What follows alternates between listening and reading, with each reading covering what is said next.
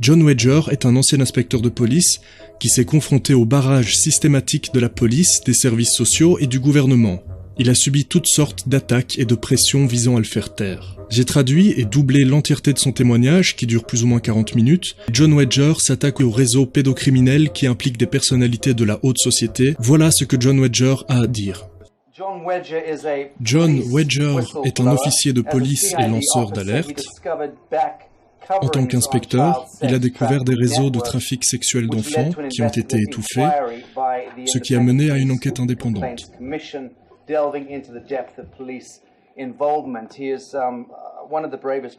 est considéré par beaucoup d'entre nous comme étant l'un des hommes les plus braves du pays. John, merci de nous avoir rejoints. Je suis récemment retraité de la police où je travaillais comme détective. J'étais affecté à l'unité d'abus sur mineurs.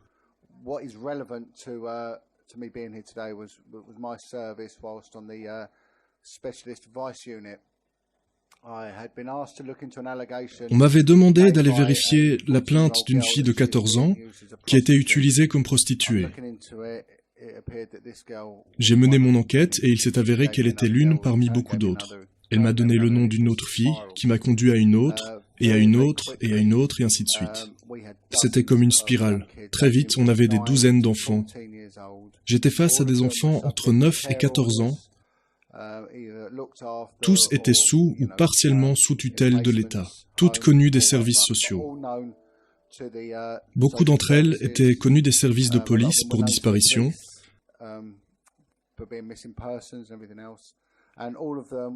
Et toutes étaient accros au crack et à l'héroïne. Elles étaient toutes entraînées par une femme, une ancienne prostituée, bien connue des services de police de Met. Cette femme avait des connexions supposées, avec des officiers haut placés, des magistrats locaux et quelqu'un de haut placé à la BBC, la télévision nationale. Cette femme a travaillé dans l'impunité pendant de nombreuses années. En enquêtant sur elle, j'ai découvert qu'elle faisait ça depuis très longtemps.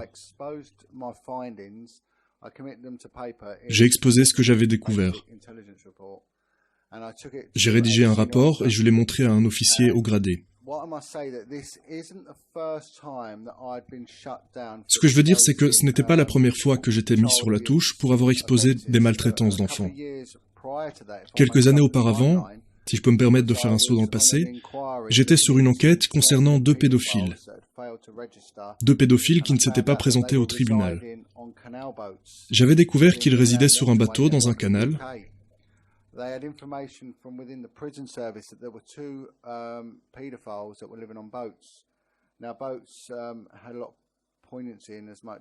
Ce bateau avait un permis de naviguer.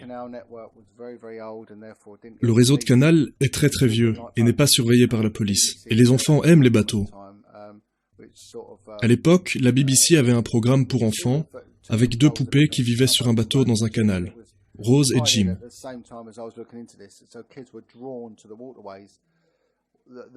Donc ils m'ont demandé d'investiguer sur ces deux-là, et si je trouvais aussi un ou deux autres pédophiles sur la même période de temps, mes supérieurs seraient contents.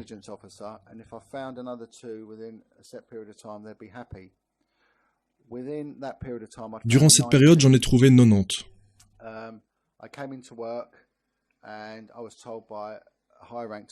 Un officier haut placé m'a informé que l'enquête avait été fermée, et le motif était qu'il ne pouvait plus financer mon enquête.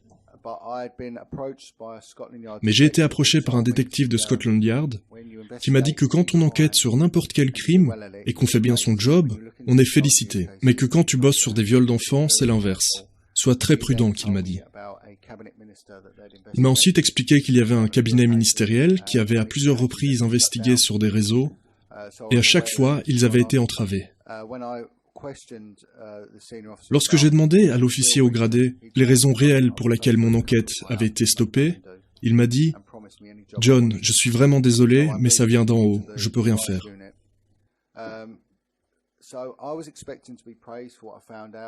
Donc moi je m'attendais à être félicité pour ce que je faisais. Chaque jour on découvrait un nouvel enfant. Et là, on m'amène devant quelqu'un qui est maintenant très haut placé en Grande-Bretagne. Il m'a demandé de m'asseoir et m'a dit « John, je vais être honnête avec toi. De tous les 40 officiers ici, tu es le second meilleur, ce qui est formidable. Mais malheureusement, tu t'es aventuré trop loin. Qu'est-ce que t'as foutu ?»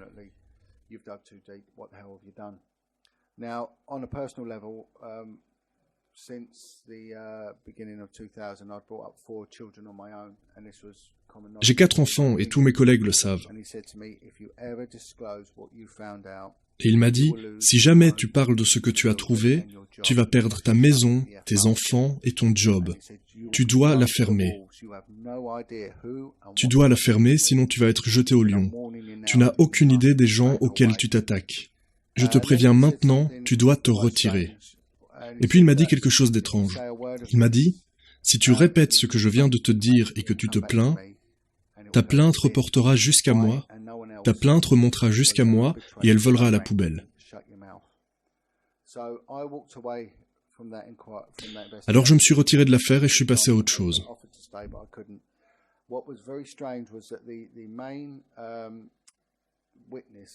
Peu après, le témoin principal, la petite fille, elle a été retrouvée morte dans la rue d'une overdose suspecte.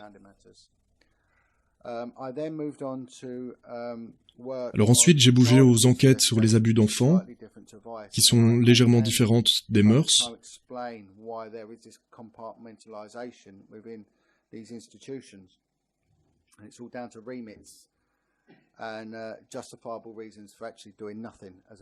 Ils m'ont placé dans une unité où on ne faisait rien, un cul-de-sac. Je travaillais dans les quartiers les plus pauvres de Londres.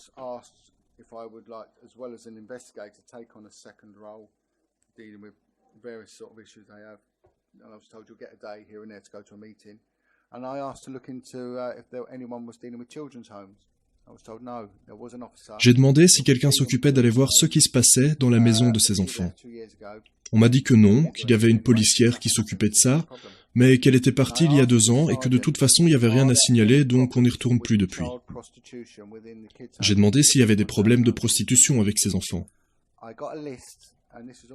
Il m'a regardé et il m'a dit « De quoi tu parles ? Bien sûr que non !» J'ai alors pris une liste provenant des services sociaux avec 26 familles qui sont suivies par ces services. J'ai décroché le téléphone, j'ai demandé aux parents « Combien d'enfants avez-vous » Il y avait en moyenne 5 enfants par foyer.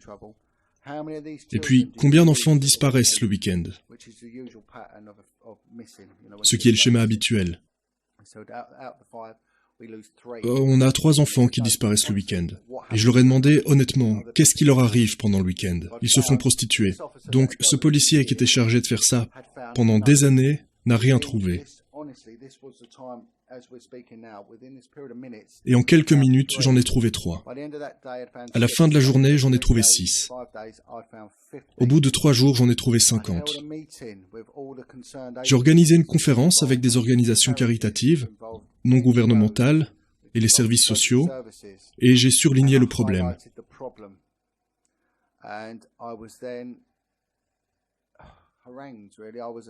Après ça, j'ai été engueulé, attaqué verbalement par les services sociaux de l'enfance.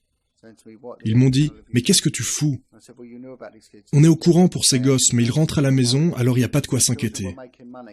Ces enfants se font de l'argent. Ils ont un copain, qui est leur macro, et ils pensent que c'est de l'amour.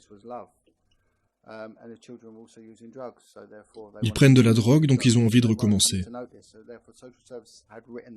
Donc, les services sociaux ont tiré une croix dessus, et ce, malgré le fait que les parents viennent se plaindre, ils étaient retirés des dossiers.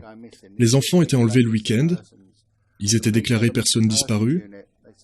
La police a une unité pour les personnes disparues, mais il y a des milliers d'enfants qui disparaissent chaque année, mais beaucoup d'entre eux retournent à la maison. Mais ce qui n'est jamais pris en compte, c'est ce qui se passe pendant qu'ils disparaissent. Et ils travaillent comme prostituées. Les services sociaux laissent ça de côté parce que ce n'est pas un problème familial. C'est quelqu'un d'extérieur à la famille qui les prostitue, donc c'est extérieur à la famille. sont censés les prendre en charge, et les services sociaux ne s'en occupent pas parce que c'est quelque chose, selon eux, d'extérieur à la famille. Donc personne ne s'en occupe. Et ça continue, et ça moisit, et ça moisit. Suite à cette conférence, j'ai été mis sur la touche et transféré à nouveau.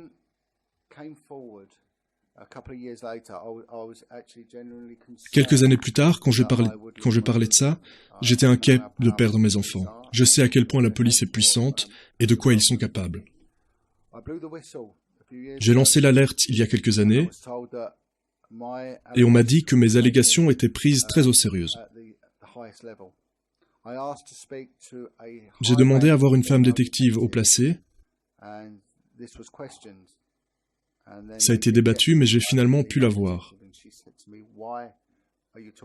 Et elle m'a demandé pourquoi est-ce que je venais la trouver. Je lui ai dit, toi, tu peux pas fermer les yeux. Enfin, sous-entendu, parce que c'est une femme. Et elle m'a dit, je sais exactement de quoi tu parles. Alors ils ont investigué sur mes allégations de corruption au sein des officiers haut placés. Et en tant que témoin dénonciateur, j'étais censé recevoir les avancements de l'affaire tous les 28 jours. Je n'ai pas reçu une seule nouvelle en 3 ans. Le dossier est passé d'une unité à l'autre.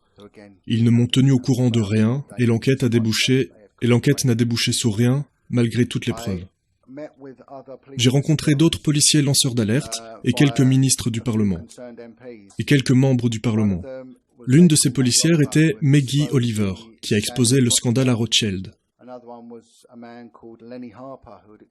Un autre était Lenny Harper, qui a exposé d'autres de ces horreurs. Chacun d'entre eux me disait la même chose. Ils vont te tomber dessus et ça finira mal. À quoi dois-je m'attendre ? Tu vas recevoir un papier disant que tu as commis une faute lourde. Ils vont te faire passer un entretien et puis tu vas probablement aller en prison. La menace, c'est que tu perdes ta maison, ton travail et tes enfants. Pendant toute cette période, je n'ai pas été payé, pas de salaire pendant presque 3 ans. Et j'ai 4 enfants à la maison. Et ils m'ont envoyé un papier comme quoi j'avais commis une faute lourde. J'ai été chargé pour violation de données protégées. C'est ce qui semble être ce dont ils accusent les lanceurs d'alerte la plupart du temps. J'ai été chargé de nombreuses accusations et chacune d'entre elles valent jusqu'à 2 ans de prison. Et ça a continué, et ça a continué, et ça a continué. Pendant cette période, mon fils a eu un grave accident. Il a été déclaré mort pendant quelques minutes. Il a survécu, mais il est resté dépendant des machines pendant de longs mois. Ce qui s'est passé, c'est que l'hôpital m'a appelé pour identifier le corps. J'y suis allé et entre-temps, il l'avait réanimé.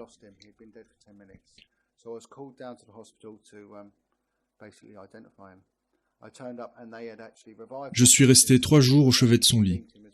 Et quand il a donné signe de vie, je suis retourné à la maison. Un de mes collègues, qui était inquiet pour moi, qui savait que je n'avais plus d'argent, est allé trouver un supérieur pour lui dire que c'était injuste, que j'avais rien fait de mal et que je ne méritais pas ça.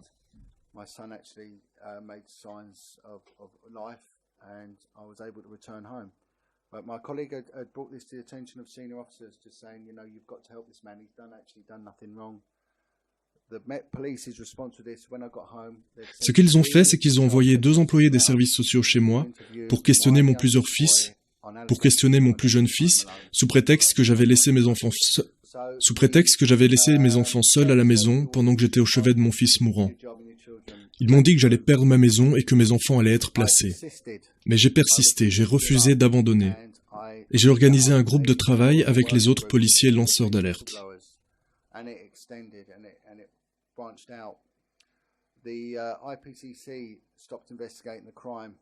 L'unité qui était chargée de l'enquête sur l'affaire de corruption a fini par m'envoyer une lettre d'un seul paragraphe me disant que c'était fini, que je ne devais plus jamais les recontacter et que l'enquête était terminée.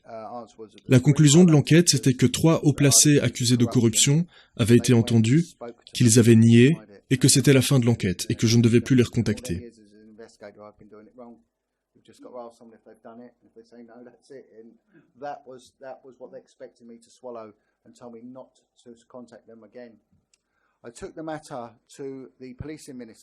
Ils ont organisé un rendez-vous avec le bureau de l'Intérieur, qui a constitué une équipe, et ils ont mené une enquête indépendante.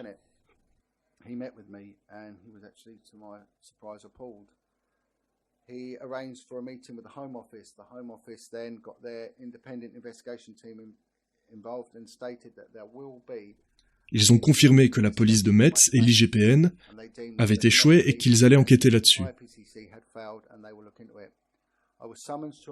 J'ai été convoqué à un meeting qui était enregistré, avec des témoins, et le cabinet ministériel a donné mes rapports à 2 officiels du bureau d'intérieur. Une prise en main officielle de mon travail.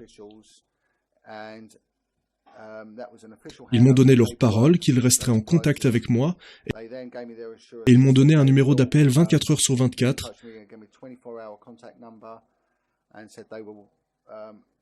et ils allaient enquêter indépendamment. Je n'ai jamais entendu parler d'eux après ça. Ils ont depuis nié avoir reçu les dossiers. Lorsqu'on a fait pression, ils ont finalement admis avoir reçu les dossiers, mais les ont perdus. Nous assistons à l'échec de la police vis-à-vis de la prostitution infantile qui émerge dans ce pays. On le constate au niveau provincial, à Rothschild, à Blackpool, à Rotherham, à Oxford, Aylesbury, Swindon. Londres est l'une des plus larges agglomérations du monde occidental, avec l'une des plus grandes forces de police. On n'a jamais rien entendu au sujet de la prostitution infantile organisée, et la raison est que ceux d'en haut étouffent ça. Ça provient du cœur de l'establishment.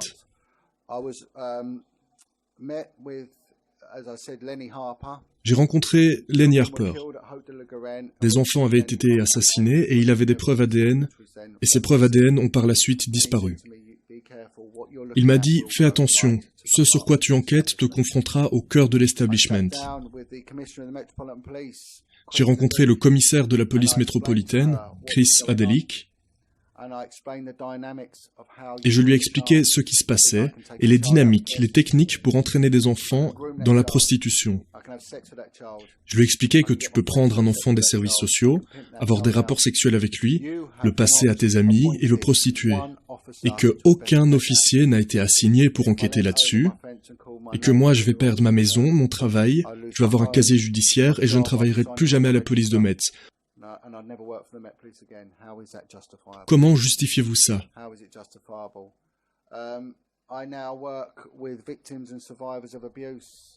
Maintenant, je travaille avec des survivantes de viol. J'aide les anciennes alcooliques et les toxicomanes. Je travaille en collusion avec les gangsters les plus notoires d'Angleterre. Certains ont commis des meurtres. Et je n'ai jamais vu autant de support et de compassion venant de ces personnes. En comparaison, la police me pendrait si elle le pouvait. Quand on regarde le système carcéral, 75% des détenus sont illettrés. C'est en Grande-Bretagne. 75% des détenus ont été maltraités dans leur enfance. On a un taux de récidive de 75%. Le système ne fonctionne pas. La maltraitance d'enfants est la racine du problème.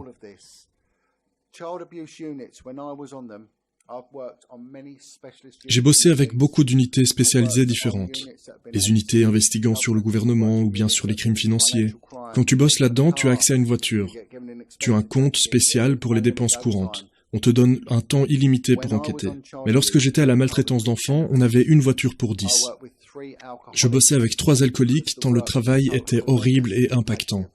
Pas le temps de souffler, on était largués, livrés à nous-mêmes. On avait un rendez-vous tous les 6 mois avec un psychiatre, pas vraiment pour nous aider ou bien pour nous donner des jours de congé, mais plus pour nous faire continuer. Il disait « Oh, tu vas bien, continue, continue ». Ils ont délibérément diminué les fonds d'argent pour tout ce qui concerne la maltraitance d'enfants. Et c'est fait pour une raison. J'ai beaucoup d'indiques qui viennent de la rue. Des mendiants, des toxicos, ils ont tous été violés en tant qu'enfants. L'un d'eux m'a confié qu'étant enfant, à l'âge de 4 ans dans un orphelinat, il a été violé lors de son premier soir. Il a été violé le premier soir par un prêtre catholique puis violé quotidiennement, fouetté et battu. Il est devenu toxico et prostitué dans la rue, dans la zone de Westland, là où je travaillais à la brigade des mœurs.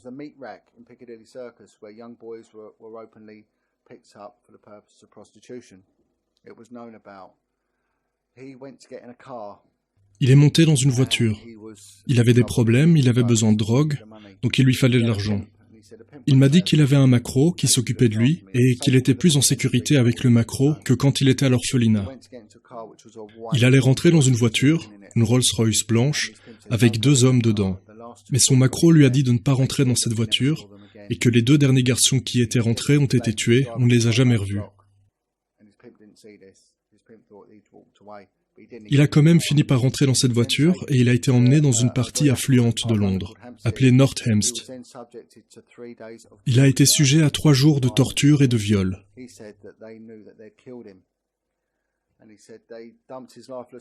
Ces 2 hommes pensaient l'avoir tué. Ils ont jeté son corps sans vie en pensant qu'il était mort. Et il m'a dit, « John, ce qui m'a le plus choqué, c'est que ces 2 hommes étaient bien habillés, ils avaient une grande maison, et ils se préparaient à aller au mariage de leur nièce, au même moment où ils m'ont laissé pour mort dans un terrain vague. »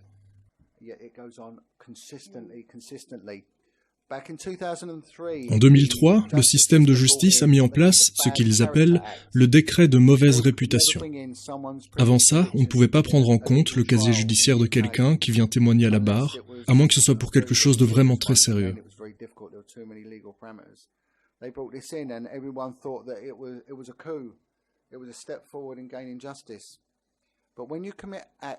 Mais maintenant, lorsqu'on commet un vol à l'étalage, c'est un crime malhonnête. Vous êtes considéré comme une personne malhonnête par la justice.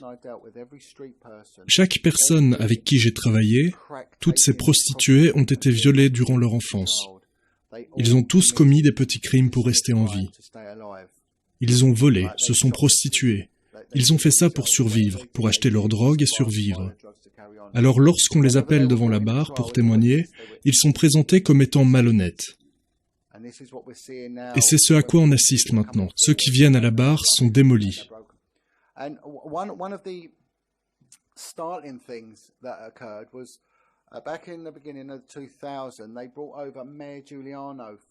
Au début des années 2000, ils ont amené May Giuliano de New York pour nous parler de la théorie de la vitre brisée qui dit que dans les quartiers où il y a du crime, eh bien, s'il y a une vitre brisée ou bien un abribus saccagé, il faut le réparer et comme ça fera baisser le crime.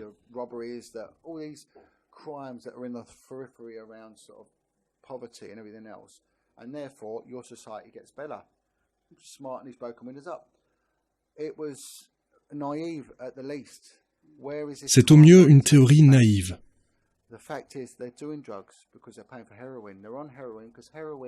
Le fait que ces gens-là prennent de la drogue, de l'héroïne, c'est parce que c'est un antidouleur. La douleur peut être mentale, émotionnelle, aussi bien que physique. Et la majorité d'entre eux se droguent parce qu'ils ont grandi en étant pris en charge par les services sociaux. Services sociaux qui les ont laissés tomber et laissés se faire violer, et ils n'ont pas d'autre moyen de se reconstruire après les dommages qui leur ont été faits. Notre système judiciaire les pousse à l'échec, du berceau à la tombe. Ils sont au courant pour ces enfants, mais ils ne font rien. En grandissant, ils échouent à l'école, ils deviennent violents, on les dirige vers les services sociaux et le problème n'est pas adressé.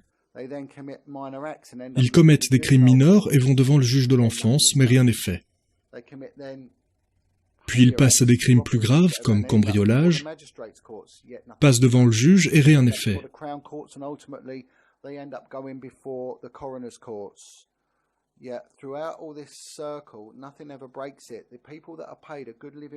Tous les gens qui auraient dû arrêter ça ont échoué. Parfois délibérément, parfois par apathie, parfois par ignorance. Je reviens de Rotherham, une petite ville.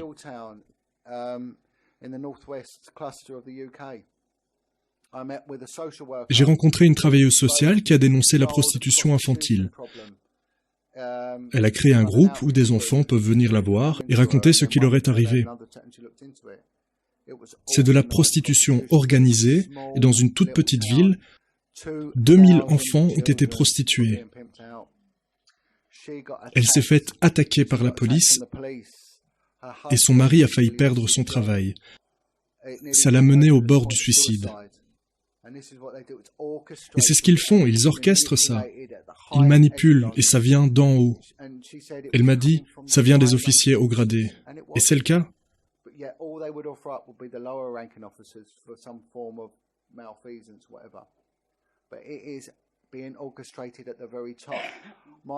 Mon enquête montre des liens solides entre des officiers haut gradés et le crime organisé.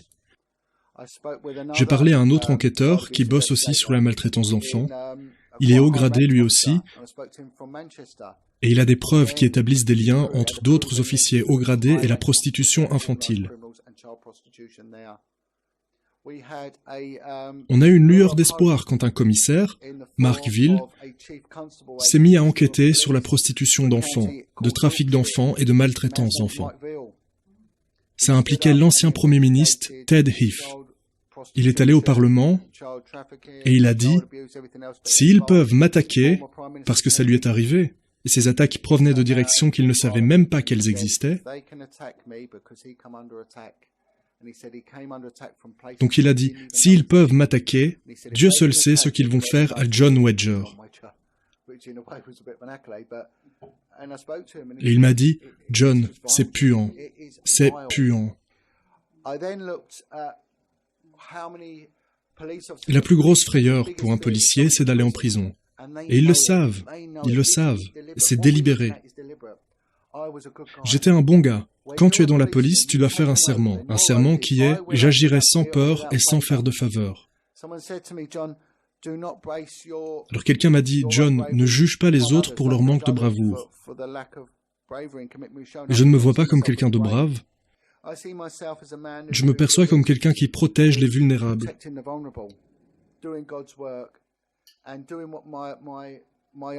Mon serment dit « sans peur et sans faveur ». Eux, ils vont à l'encontre de leur serment. La peur. Mais de quoi ont-ils peur? Dire la vérité? Là où il y a la vraie peur, c'est là où il y a un enfant qui est dans son lit, et ils viennent pendant la nuit lui retirer sa couverture. C'est ça la vraie peur. On doit se ressaisir. On se fait attaquer, et ça fait mal. Ça fait mal quand ils attaquent.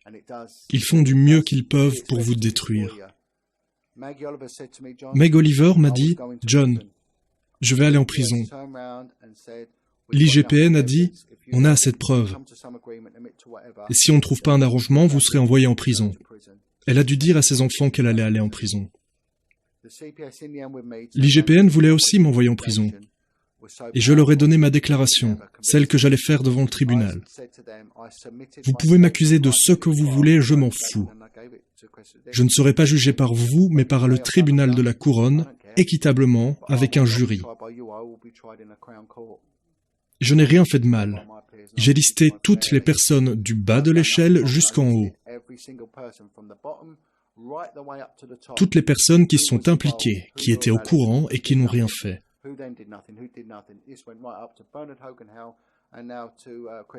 Bernard Hogan Howe était au courant. Il est au courant.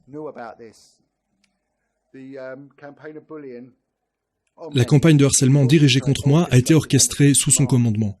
Et c'est maintenant lui qui est propulsé par la Chambre des Lords d'enquêter sur les grooming gangs et comment ils sont apparus. C'est malsain.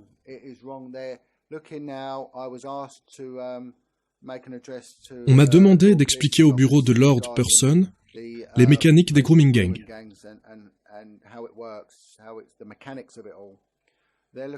Ils voient ça sous un angle de vue religieux, mais la réalité est plus complexe. Les enfants sont des objets.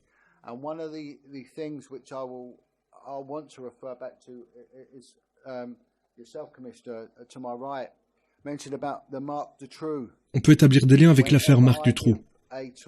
Il faut rester cohérent. On ne parle pas du tiers-monde, c'est différent là-bas au tiers-monde.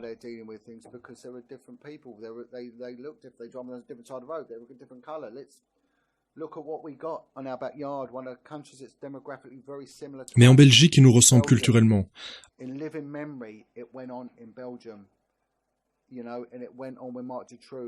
and the kids that came forward were so pigeonholed in what they could talk about, anything that went outside of Marc Dutroux. Alors en Belgique, je pense qu'il y avait 23 ou 22 témoins morts pendant le procès. 19. Bon, en réalité, il y a eu une trentaine de morts pendant le procès de Marc Dutroux.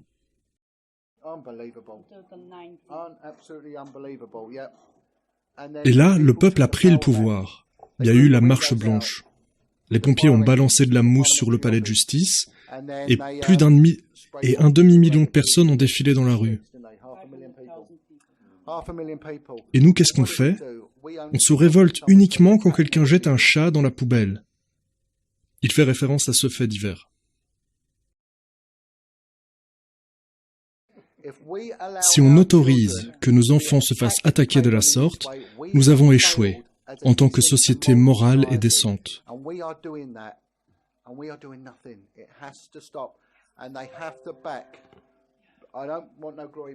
Les gens comme moi ont besoin de soutien.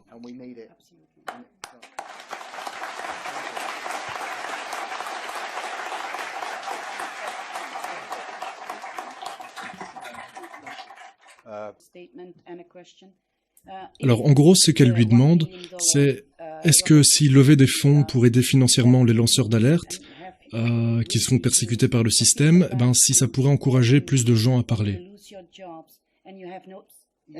C'est du harcèlement financier et ils le savent. C'est ce qui m'est arrivé à moi et aussi à un autre lanceur d'alerte. Mon compte bancaire a été coupé sans raison. Il faut bien vivre. Heureusement que des gens bien ont levé de l'argent pour m'aider.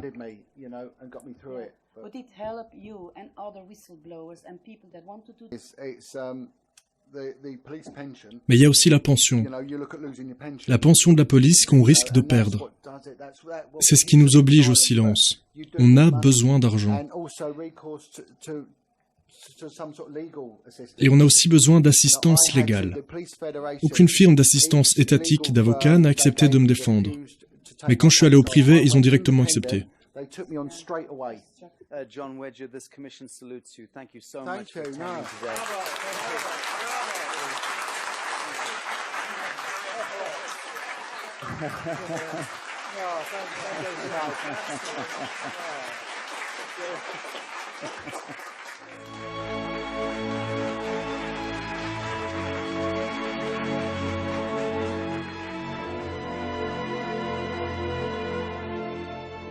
We are the power behind the ITNJ. Add your voice. Sign the treaty.